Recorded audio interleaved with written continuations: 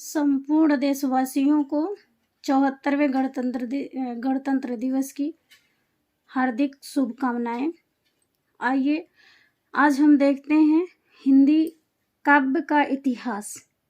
ठीक है, हिंदी काव्य साहित्य जो विकास है, ठीक है, कब से हिंदी में काव्य का सृजन होता है उसकी चर्चा हम करेंगे। और उस पर जो वन लाइनर प्रश्न होते हैं, वन लाइनर उत्तर, ठीक है, आपकी परीक्षा में आते हैं 2-2 नंबर के। ठीक है, ऐसे 5 या 6 प्रश्न पूछता है। ठीक है, तो उसको हम देखेंगे। तो पहला प्रश्न आपके सामने है, आदिकाल के सिद्ध साहित्य और जैन साहित्य के एक एक प्रमुख कवियों के नाम लिखिए। यहाँ क्या कह रहा है, आदिकाल के सिद्ध साहित्य। ठीक है, आपने नाम सुना होगा सिद्ध साहित्य का। सिद्ध साहित्यों में सिद्ध कितने थे? 84। ठीक है, 84 सिद्ध थे। ठीक है, और यहाँ कह रहा है किसके? जैनों की बात कर रहा है। ठीक है, ठीक है, जैन साहित्य के एक एक प्रमुख कवियों के नाम पूछ रहा है, उनकी रचनाओं के नाम नहीं पूछ रहा है, कवि के नाम पूछ रहा है, ध्यान रखेंगे।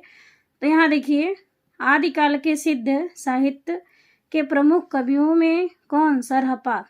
सरहपा का नाम सबसे पहले आता है। ठीक है, इन्हीं को हिंदी का प्रथम कवि भी कहा जाता है। किसको? सरहपा को। ठीक है, सरहपा, सबरपा, लुईपा, डोम्बिपा, कड़हप्पा, कुक्कुरिपा आदि के नाम प्रमुख हैं। जैन साहित्य के प्रमुख कवि आचार्य देवसेन। ठीक है, इनकी रचना का क्या नाम है? देवसेन की श्रावकाचार। ठीक है, मोने शालिभद्र सूरी, विजय सेन सूरी, जीन धर्म सूरी, ये कौन थे? ये जैन साहित्य हैं। ठीक है, और ये जो है सरहपा, ठीक है, सबरपा, लुईपा, डोम्बिपा, कड़हप्पा, कुक्कुरिपा आदि किसके हैं? ये सिद्ध साहित्य हैं। ठीक है, सिद्ध साहित्यों की संख्या अगर पूछता है तो आप क्या देंगे? 84। ठीक है, अगला प्रश्न है, नाथ साहित्य के प्रणेता कौन थे? या आदिकाल के नाथ साहित्य के किन्हीं 2 कवियों के नाम लिखिए। ठीक है, ये क्या कह रहा है? नाथ साहित्य के प्रणेता अर्थात प्रवर्तक। प्रवर्तक कौन थे? तो नाथ साहित्य के प्रणेता मत्स्येंद्र नाथ थे। ठीक है, कौन थे? मत्स्येंद्र नाथ। ठीक है, ये 9 थे। नाथ साहित्य में नाथों की संख्या कितनी थी? 9 थे। ठीक है, और इनके एक शिष्य थे, उनका नाम क्या था? गोरखनाथ। ठीक है, इनके शिष्य का नाम क्या था? गोरखनाथ। इस साहित्य के प्रमुख 2 कवियों के नाम हैं कौन? गोरखनाथ तथा जलंधर नाथ। इन गोरखनाथ के गुरु का क्या नाम था? मत्स्येंद्र नाथ। इन्हीं का दूसरा नाम मच्छंदर नाथ भी है। ठीक है, एक और नाम मिलता है इनका, मीननाथ। ठीक है, यहाँ देखिए अगला क्वेश्चन भी पूछ रखा है कि गोरखनाथ के गुरु का क्या नाम था। ठीक है, तो गोरखनाथ के गुरु का क्या नाम था? मत्स्येंद्र नाथ या मच्छंदर नाथ। ठीक है, आदिकाल के किन्हीं 2 कवियों एवं उनकी एक एक रचना का नाम लिखिए। देखिए, आप प्रश्न यहाँ देख रहे होंगे कि किस सन में यह पूछा गया है। तो देखिए, यह 2011 और 2014 दोनों सनों में ये प्रश्न पूछा गया है, दोनों सत्रों में। ठीक है, तो आदिकाल के किन्हीं 2 कवियों के नाम एवं उनकी एक एक रचना पूछ रहा है। ठीक है, आदिकाल, आदिकाल का दूसरा नाम क्या है? वीरगाथा काल। वीरगाथा काल किसने कहा? आचार्य रामचंद्र शुक्ल ने आदिकाल को क्या कहा? वीरगाथा काल कहा है। ठीक है, और आदिकाल का नाम आदिकाल किसने दिया? तो आप लिखेंगे कि आदिकाल का नाम आदिकाल हजारी प्रसाद द्विवेदी ने दिया है। ठीक है, आदिकाल को ही महावीर प्रसाद द्विवेदी ने इसको क्या कहा? बीज वपन काल कहा। ठीक, आदिकाल को ही, ठीक है, सिद्ध सामंत काल भी कहा गया है। और सिद्ध सामंत किसने कहा? तो वो कहे हैं राहुल सांकृत्यायन। ठीक है, आदिकाल का नाम सिद्ध सामंत काल किसने रखा? तो आपका उत्तर होना चाहिए राहुल सांकृत्यायन। ठीक है, फिर आदिकाल का श्याम सुंदर ने क्या रखा? तो वीर गाथा युग कहा है। ठीक है, वीर गाथा युग कहा। ठीक है, अब आइए कवियों पर चलते हैं। तो कवि कौन है? चंद्रबरदाई। इनकी रचना का क्या नाम है? पृथ्वीराज रासो। अगले कवि हैं जगनिक। इनकी रचना का नाम क्या है? परमाल रासो। परमाल रासो का दूसरा नाम क्या है? आप कमेंट बॉक्स में बताएंगे। ठीक है, पृथ्वीराज रासो काव्य की रचना किस काल में हुई? उसके रचयिता कौन है? ठीक है, यही बात हुई। यहाँ ऊपर ही प्रश्न दिया है कि आदिकाल के कवि, यानी यहाँ जान गए हैं कि यहाँ वही प्रश्न बदल दिया, थोड़ा सा घुमा दिया कि वीर गाथा काल की प्रमुख रचना और उसके रचयिता का नाम। और फिर यहाँ कह रहा है पृथ्वीराज रासो काव्य की रचना किस काल में हुई है? तो किस काल में हुई है? पृथ्वीराज रासो। पृथ्वीराज रासो की रचना जो है वह वीर गाथा काल या आदिकाल में हुई है। ठीक है, यह इस काल की प्रमुख रचना है। इसके रचयिता कौन है? चंद्रबरदाई। ठीक है, पृथ्वीराज रासो के रचयिता कौन है? चंद्रबरदाई। अगला प्रश्न देखेंगे, नरपति नाल तथा चंद्रबरदाई।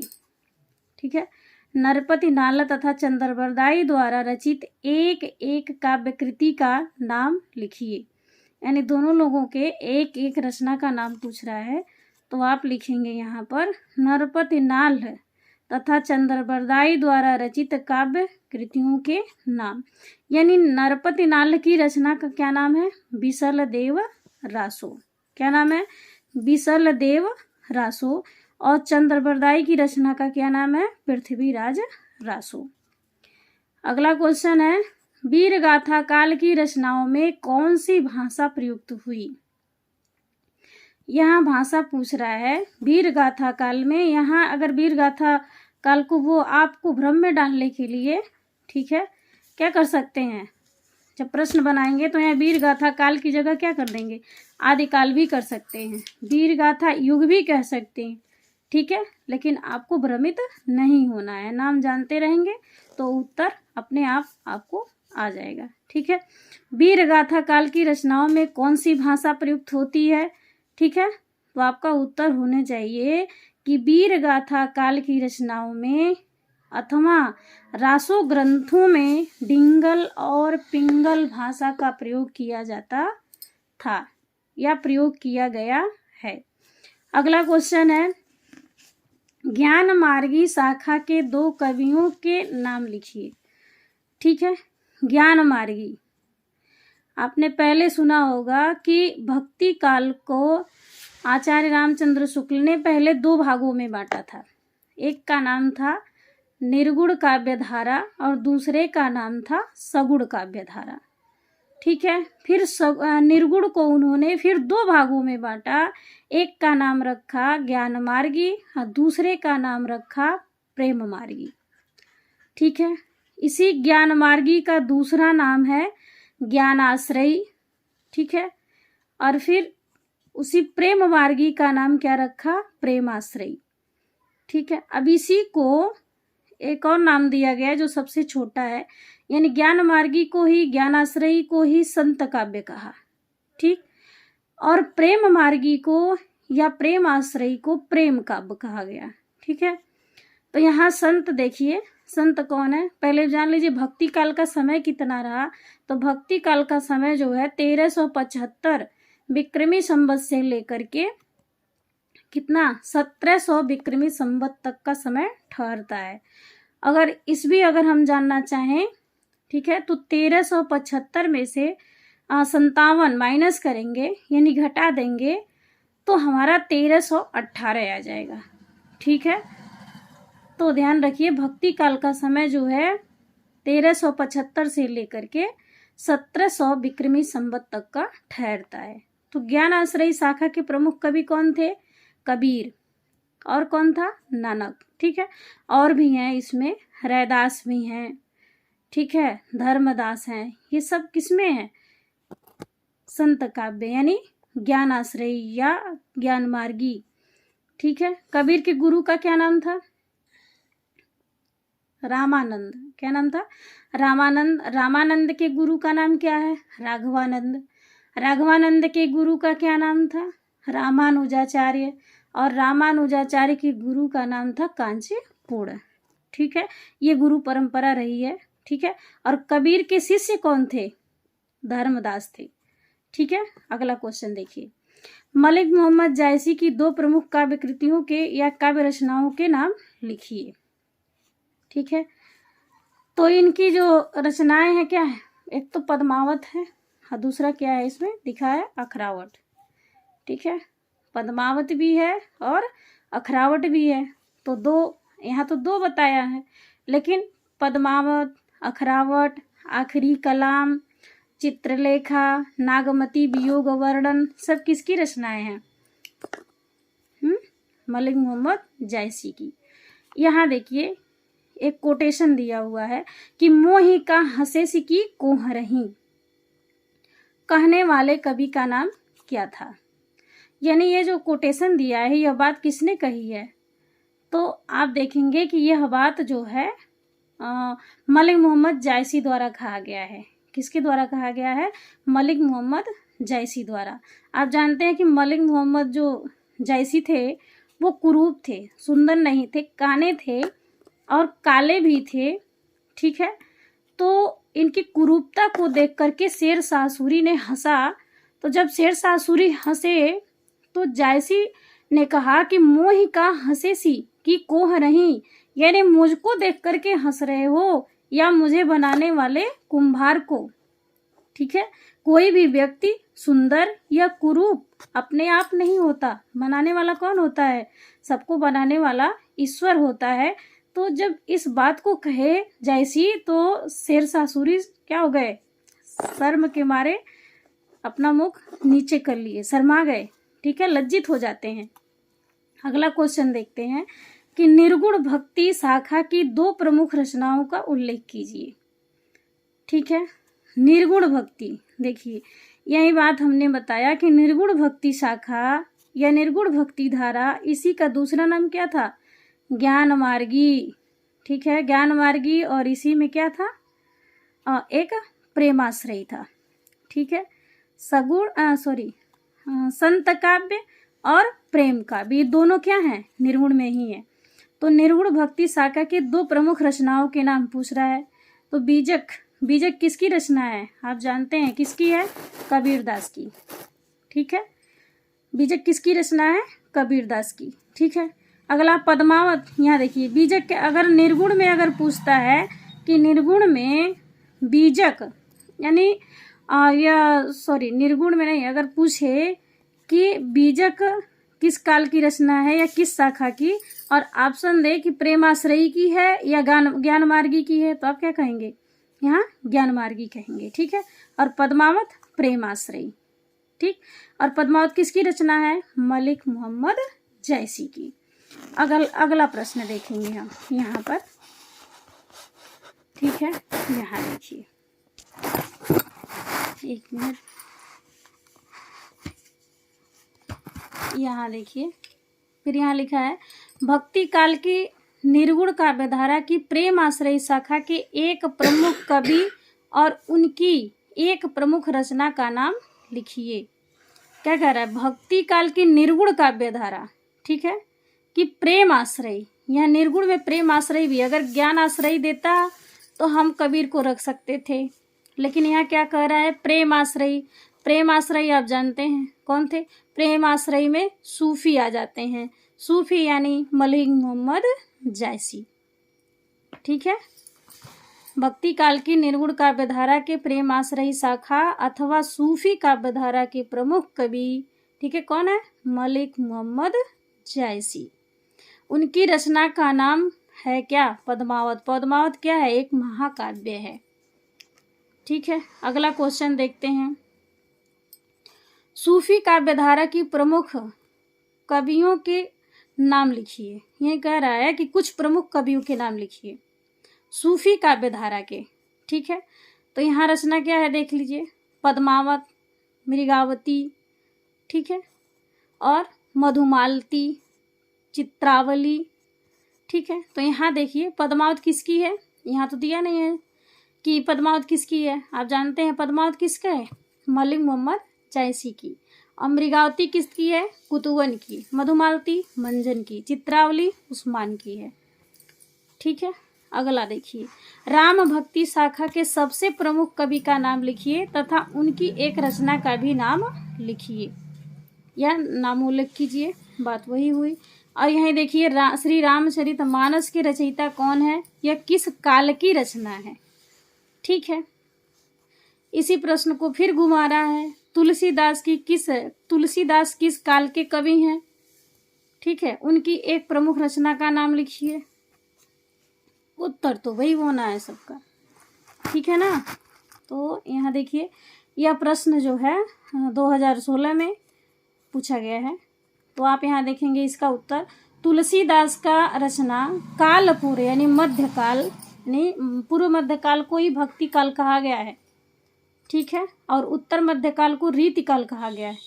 ठीक है, पूर्व मध्यकाल यानी भक्ति काल में पड़ता है। इनकी सर्वप्रमुख रचना अवधी भाषा में कौन सी है? श्री रामचरित मानस। ठीक है, रामचरित मानस में कितने कांड हैं? तो आपका उत्तर होगा 7 कांड हैं। ठीक है, रामचरित मानस में कितने कांड हैं? तो 7 कांड हैं। ठीक है, और तुलसीदास की 12 रचनाओं को आचार्य रामचंद्र शुक्ल मानते हैं। ठीक है, 13वीं उनकी है जो बाहु पीड़ा में लिखे उन्होंने, कि जब उनके समय बाह में पीड़ा हो रही थी उस समय लिखे थे, जिसका नाम है हनुमान बाहुक। तो उसको आचार्य रामचंद्र शुक्ल नहीं मानते हैं, बल्कि उनको 13वीं रचना मानते हैं, लेकिन 12 को अनिवार्य मानते हैं। अनेक कवियों का अपना अपना मत है। ठीक है, अगला क्वेश्चन, सगुण भक्ति की रामाश्रयी एवं कृष्णाश्रयी शाखा के एक एक कवि के नाम लिखिए। यहाँ क्या पूछ रहा है कि सगुण, ठीक है, सगुण जोड़ दिया। इसके पहले हमने निर्गुण देखा, निर्गुण को 2 भागों में बांटा गया, ज्ञान मार्गी और प्रेम मार्गी। अब यहाँ कह रहा है सगुण भक्ति। सगुण भक्ति को आचार्य रामचंद्र शुक्ल ने 2 भागों में बांटा, जिस एक का नाम था क्या? राम भक्ति, ठीक है, या रामाश्रयी या राम काव्य, उसी का नाम है। और दूसरे का नाम क्या था? कृष्णाश्रयी। ठीक है, कृष्णाश्रयी। ठीक, तो रामाश्रयी शाखा के कौन? तुलसीदास। ठीक, और कृष्णाश्रयी के शाखा के कौन है? सूरदास। ठीक है, सूरदास भी हैं, नंददास भी हैं, छीत स्वामी हैं, चतुर्भुज दास हैं। ये सब किसके हैं? कृष्णाश्रयी शाखा के कवि हैं। मीराबाई भी आ जाती हैं। ठीक है, अगला देखते हैं, राम भक्ति शाखा के तुलसीदास के अतिरिक्त किन्हीं 2 प्रमुख कवियों के नाम लिखिए। यहाँ राम भक्ति की बात कर रही है, कह रहा है, और तुलसीदास के अतिरिक्त यानी इनके अलावा, इनकी तो बहुत चर्चा हो गई। ठीक है, अब दूसरा जानना है आपको, तो कौन है? राम भक्ति शाखा के प्रतिनिधि, ठीक है, कौन है? कबीर हैं। लेकिन इसी काव्यधारा में, यानी राम भक्ति काव्यधारा में ही केशवदास, नाभादास और सेनापति भी आते हैं।